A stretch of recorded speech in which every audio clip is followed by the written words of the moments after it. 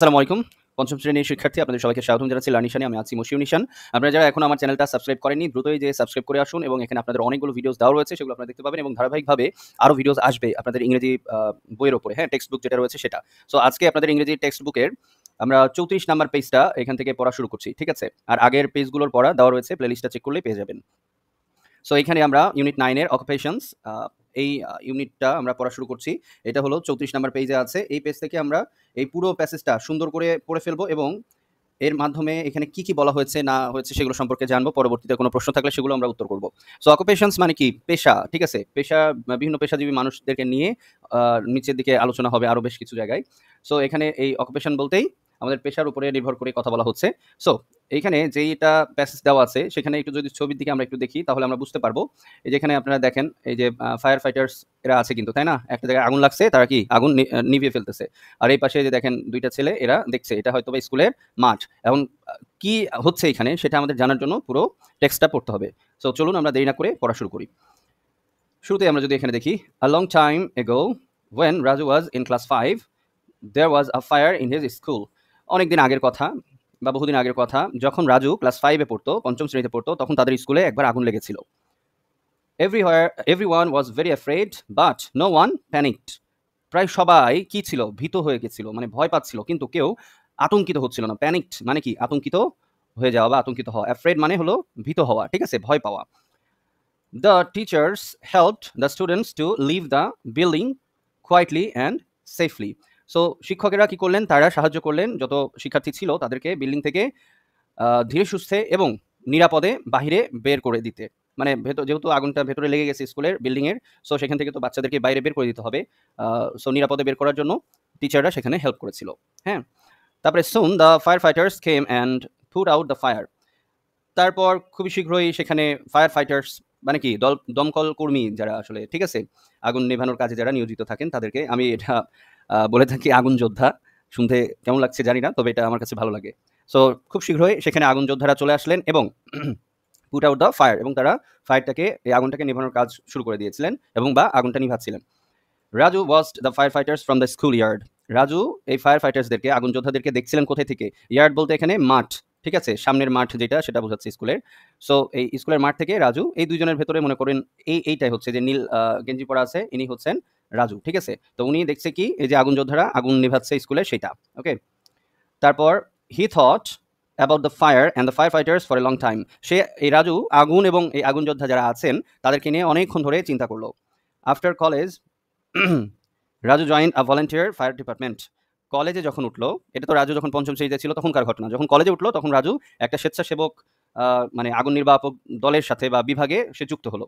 As a volunteer, volunteer মানে কি? স্বেচ্ছাসেবক, যে কোনো টাকা পয়সা নেয় না, স্বেচ্ছায় কাজ করে দেয়, হ্যাঁ? He did not get any money for his work. যেহেতু সে স্বেচ্ছাসেবক সেহেতু সে তার এই কাজের জন্য কোনো টাকা পয়সা নিত না। But Raju did not mind. কিন্তু রাজু এতে মন খারাপও করতো না। সে যে টাকা পয়সা পেত না কাজ করতো, যেহেতু স্বেচ্ছাসেবক সেহেতু টাকা পেত না, তার জন্য সে যে মন খারাপ করবে তাও কিন্তু না। সে আসলে খুশি মনেই কাজটা করতো।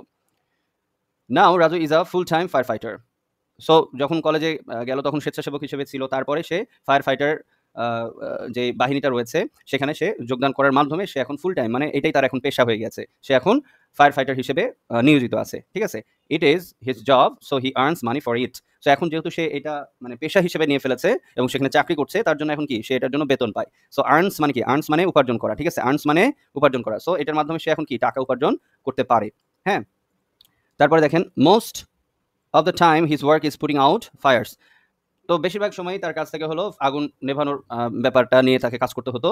বাট তারপরে আর কি বলছে দেখেন, but he also teaches new fire fighters about safety. কিন্তু এর পাশাপাশি তিনি কি করতেন? নতুন যারা ফায়ার ফাইটার হিসেবে এই দমকল কর্মী হিসেবে যোগদান করেন তাদেরকে তিনি শেখাতেন কিভাবে সেফটি মানে নিরাপত্তা বজায় রেখে তাদেরকে কাজ করতে হবে, এই ব্যাপারগুলোতে তাদেরকে ট্রেনিং দিতেন। He likes teaching very much. So Raju শিক্ষাদান করতে খুবই পছন্দ করতেন, ঠিক আছে? অন্যকে শেখাতে খুব পছন্দ করতেন। ইন হিজ ফ্রি টাইম, তার অবসর সময়ে Raju visits schools. So Raju যখন এমনিতেই নর্মাল ডেতে মানে ওয়ার্কিং ডেতেই যখন তার ছুটি থাকে বা একটু ফাঁকা সময় পায় তখন সে কি করে? বিভিন্ন স্কুলে ভ্রমণ করে, সেখানে যায়। কেন যায়? He talks to students about fire safety. তো সেই স্কুলগুলোতে যায় এবং সেখানকার শিক্ষার্থীদের সাথে আগুন লাগলে কি, কি ব্যবস্থা নিতে হবে নিরাপত্তার জন্য সেগুলো সম্পর্কে বলে। He tells them what to do if there is a fire.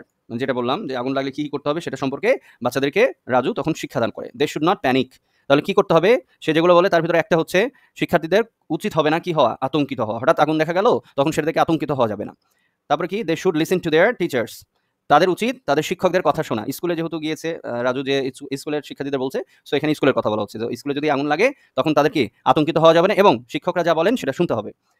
And leave the building quietly, এবং ধীরে সুস্থে, কোয়াইটলি বলতে এখানে ধীরে সুস্থে, তাড়াহুড়ো করে নয়, ধীরে সুস্থে বিল্ডিং থেকে বের হয়ে আসতে হবে। ঠিক আছে, এই শিক্ষাগুলো সে ওই শিক্ষার্থীদেরকে দেয়। সো আশা করি এই প্যাসেজটা আপনারা বুঝতে পেরেছেন। এবার যদি আমরা বি নাম্বার অ্যাক্টিভিটিতে আসি তাহলে এখানে আমরা দেখবো ট্রু ফলসের ব্যাপারটা রয়েছে। সো এখানে আমরা একটু পড়ে দেখি। There was a fire at Raju's school when he was in class 5।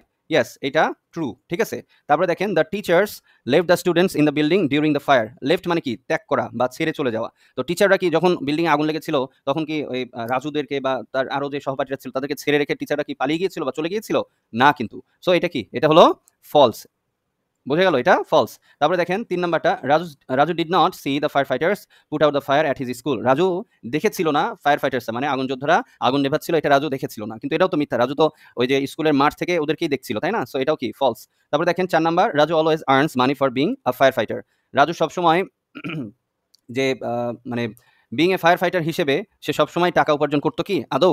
সে কিন্তু সবসময় টাকা উপার্জন করতো না। প্রথম অবস্থায় সে ভলান্টিয়ার হিসেবে যোগদান করেছিল, তাই না? সো এটাকে আমরা ফলস হিসেবে ধরবো। হ্যাঁ, সে যখন পেশা হিসেবে এখানে অ্যাজ এ জব যখন সে ফায়ার ফাইটার হলো তখন সে টাকা উপার্জন করছিল। তারপরে 5 নাম্বার দেখেন, Raju also likes teaching. Yes, Raju এটা অবশ্যই পছন্দ করে। সো এটা কি ট্রু। তারপরে 6 নাম্বারটা একটু দেখেন। 6 নাম্বার এখানে কি বলা হয়েছে? Talking to students is part of Raju's job. শিক্ষার্থীদের সাথে কথা বলা মানে স্কুলে ভিজিট করে তাদের সাথে কথা বলা, এটা কি রাজুর জব? এটা কি রাজুর চাকরি? না, এটা ফলস। ওটা তো রাজু যখন একটু ফ্রি টাইম পায় তখন সে নিজের ইচ্ছায় ভালো লাগা থেকে যায়। সো এটা ফলস। আপনারা বুঝতে পেরেছেন? এখন এই যে সি নাম্বারে এটার কিন্তু ট্রু, যে উপরে আমরা ফলস গুলো পেলাম সেগুলোর কি কারেক্ট আনসারগুলো দিয়ে দিতে হবে। ঠিক আছে, এই যে এখানে বলছে correct the false sentences, write them in your exercise book. So এই যে কয়েকটা আমরা ফলস পেয়েছি এগুলোর কারেক্ট আনসার দিতে হবে। আমি একবার বলে দিচ্ছি, আপনারা এটা ভিডিওটা একটু পজ করে একটা একটা করে লিখে নেবেন। হ্যাঁ, the teachers left the students in the building during the fire. এই 2 নাম্বারটা এটা কি, এটা হচ্ছে ফলস ছিল, তাই না? সো এটা আমরা যদি এখন কারেক্ট করি তাহলে কি হবে?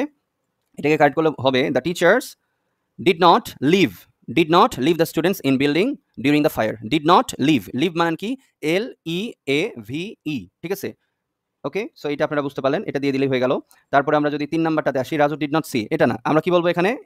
তাহলে এটা যদি আমরা কারেক্ট করি তাহলে বলবো Raju saw the fire fighters. এই ডিড নট সি এটাকে তুলে দিয়ে আমরা এখানে জাস্ট লিখবো স, SAW saw the fire fighters put out the fires at his school yard. শেষে একটা ইয়ার্ড দিয়ে দিতে পারি। ঠিক আছে, এখানে ইয়ার্ড লিখে দিলে আরেকটু সুবিধা হবে। ওকে, এটাকে এই 4 নাম্বারটা যদি আমরা বলি তাহলে আমরা কি বলতে পারি? Raju does not always earn money for being a fire fighter. Raju সবসময় আসলে ফায়ার ফাইটার হিসেবে কি করে না, টাকা উপার্জন করে না। ঠিক আছে, সো আমরা এটা কি দিব? Raju does not, Raju does not earn, এই এস আর হবে না। ঠিক আছে, earn money for being a fire fighter. Okay, তারপরে দেখেন 5 নাম্বারটা তো ট্রু। 6 নাম্বারটা যদি আসি, talking to students is a part of Raju's job. মানে বাচ্চাদের সাথে কথা বলা রাজুর চাকরির অংশ, এটা ভুল, মিথ্যা। সো আমরা কি বলবো? Talking to students is not, is আছে না, এই ইজের সাথে is not part of Raju's job, এতটুকু বললেই হয়ে যাবে। ক্লিয়ার? আশা করি এটা আপনারা বুঝতে পেরেছেন। ডি নাম্বারটা গ্রুপ ওয়ার্ক করতে বলেছে, Raju become fire fighter. Why do you think, মানে কেন আপনি মনে করেন যে রাজু একজন ফায়ার ফাইটার হতে চেয়েছিল বা হয়েছিল, এটা যেভাবেই হোক এটার সম্পর্কে একটু বলতে বলেছে, দরকার নাই এটার। আর নিচে এইটা ল্যাঙ্গুয়েজ ফোকাস, এখানে যদি আসি, sometimes we can add ER or OR to a verb to make a noun. This noun is in the occupation related to the verb. She sings. She is a singer. যিনি গান গায় তাকে আমরা কি বলি? সিঙ্গার বলি না? So এই কথাটা বলা হয়েছে। তো এইটা থেকেও আপনারা আসলে এরকম ইয়ে করতে পারেন, যেমন যিনি লিখেন, she writes poetry, তিনি কবিতা লিখেন। হ্যাঁ, তাহলে আমরা তাকে কি বলবো? she is a writer. তাহলে রাইট, যেহেতু তিনি লিখেন, ওই রাইটের সাথে রাইটটা ভার্ব ছিল। ঠিক আছে, ওইটার সাথে ওইটাই বলছে, দেখেন এই যে ER অথবা OR অ্যাড করা হয় কিসের সাথে? এই যে ভার্বের সাথে, এবং যখন অ্যাড করা হয় সেটা আবার হয়ে যায় কি? নাউন। তো রাইট হচ্ছে ভার্ব, শি রাইটস পোয়েট্রি, রাইটটা ভার্ব, এন্ড রাইটের সাথে ইয়ার যুক্ত করলে রাইটার, রাইটারটা আবার কি হয়ে যাবে? নাউন। বুঝতে পেরেছেন? এইটা আর কি অকুপেশনগুলো বোঝানোর ক্ষেত্রে এটা ব্যবহার করা যায়। সো এটা আপনারা বুঝতে পারলেন। আমরা পরবর্তী পেজে চলে আসি, এটা হচ্ছে 36 নাম্বার পেজ। হ্যাঁ, এখানে বলছে write the questions or answer in your exercise book, ask answer. আচ্ছা, এটা একটু নিচে আমরা দেখে নিই, তাহলে বুঝতে পারবেন। এখানে দেখেন এক্সাম্পলে বলে দিচ্ছে, what does a dress maker do. একজন দর্জি অথবা যিনি পোশাক তৈরি করেন তিনি কি করেন? উত্তর বলছেন, দেখেন, এ ড্রেস মেকার মেক্স ড্রেসেস। একজন পোশাক তৈরিকারক তিনি কি করেন? পোশাক তৈরি করেন। আবার তার নিচে কি দেওয়া আছে দেখেন, এখানে দেওয়া আছে he or she sells fruit, মানে ছেলে অথবা মেয়ে কেউ একজনের কথা বলা হচ্ছে, তিনি কি করেন? ফল বিক্রি করেন। What does a fruit seller do? একজন ফ্রুট সেলার কি করেন? প্রশ্ন। তার মানে কি হলো দেখেন, প্রশ্ন থেকে উত্তর, আবার উত্তর থেকে প্রশ্ন, এইটা আমাদেরকে তৈরি করা এখানে শেখাচ্ছে। সো সেইগুলাই দেখেন, এই যে নিচে এই 5টা দেওয়া আছে, আমরা এটা একটু প্র্যাকটিস করে ফেলি, আপনাদের জন্য সুবিধা হবে। হ্যাঁ, সো এখানে দেখেন প্রশ্ন, what does a film actor do?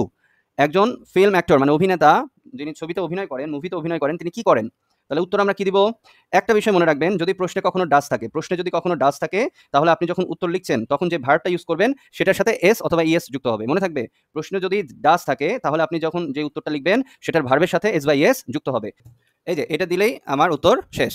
So আশা করি এটা আপনারা বুঝতে পেরেছেন। G number, write the occupation, এটার দরকার খুব একটা নাই। আপনারা এইচ নাম্বারটা একটু লিখতে পারেন, ঠিক আছে? এইচ নাম্বারটা সুন্দর করে আপনাদের যে মডেল যেটা আছে, আপনারা যদি গাইড কিনে থাকেন, যেটা গ্রামার গাইড আর কি, মডেল কোয়েশ্চেন্সগুলো রয়েছে, সেখানে 5 নাম্বারে এই যে এটা আপনি পাবেন এরকম ধরনের প্রশ্ন, যেখানে উপরে একটা টাইটেল দিতে হবে। এটা লেখার নিয়ম কি?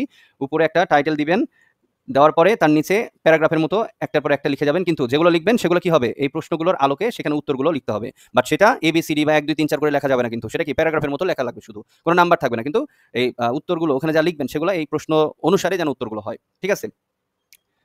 ওকে, আমি যদি একটু মুখে বলে দিই, আমি এটা লিখে দিচ্ছি না, লিখে দিলে একটু সময় বেশি লাগবে। What is the persons name? তো আমি এখন উত্তর দিচ্ছি, যে কোনো একটা পার্সনকে নিয়ে আমাকে এখানে লিখতে হবে, যেমন কোনো একজন পার্সনের অকুপেশন নিয়ে লিখবো, পেশা। হ্যাঁ, সো ধরেন আমি প্রথমেই উপরে দিয়েছি, আমি টিচারকে নিয়ে লিখছি। ওকে, টিচার। সো আমি এখানে টাইটেলে দিব কি? টিচার। তারপরে আমি লিখছি, প্রথম লাইনটা লিখছি এবার, what is the person's name? The name, person's name is Tarek. তারপরে কি দিব? What does she or he do? যেহেতু আমরা হি মানে ছেলে ব্যবহার করেছি, সো আমরা হি দিব। তাহলে আমরা কি দিব? He is a teacher, he is a teacher.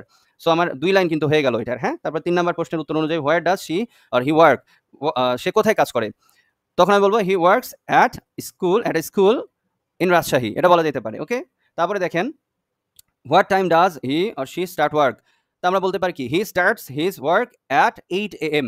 সে সকাল 8টার সময় তার কাজ শুরু করে, ঠিক আছে? তারপরে দেখেন 5 নম্বরের উত্তরটা যদি দিই, does he or she like his profession? সে কি তার এই পেশাকে পছন্দ করে?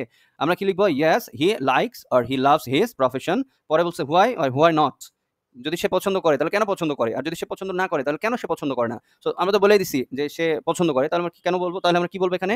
তাহলে শুরু থেকে বলি 5 নাম্বার এটা, he, yes he loves his profession or likes his profession because why আছে, সেজন্য আমরা কি দিব? Because this is a noble profession. Okay, তারপর 6 নাম্বারে কি? What do you think about his job? তুমি তার এই চাকরি সম্পর্কে কি মনে করো? তখন আমরা কি লিখতে পারি? I think his job is very good for the society. এটা বলা যেতে পারে সমাজের জন্য খুবই ভালো একটা চাকরি। এইভাবে আপনি টোটালটা উত্তর লিখে ফেলতে পারবেন, ঠিক আছে? আশা করি এটাও বুঝাতে পেরেছি। সো আজকে আর ক্লাসের সময় বাড়াচ্ছি না, 36 পর্যন্ত পড়া হইলো আমাদের। আমরা আগামী দিনে বাকিগুলো পড়বো ইনশাল্লাহ। সবাই ভালো থাকবেন, সবার সুস্থতা কামনা করছি। আল্লাহ হাফিজ।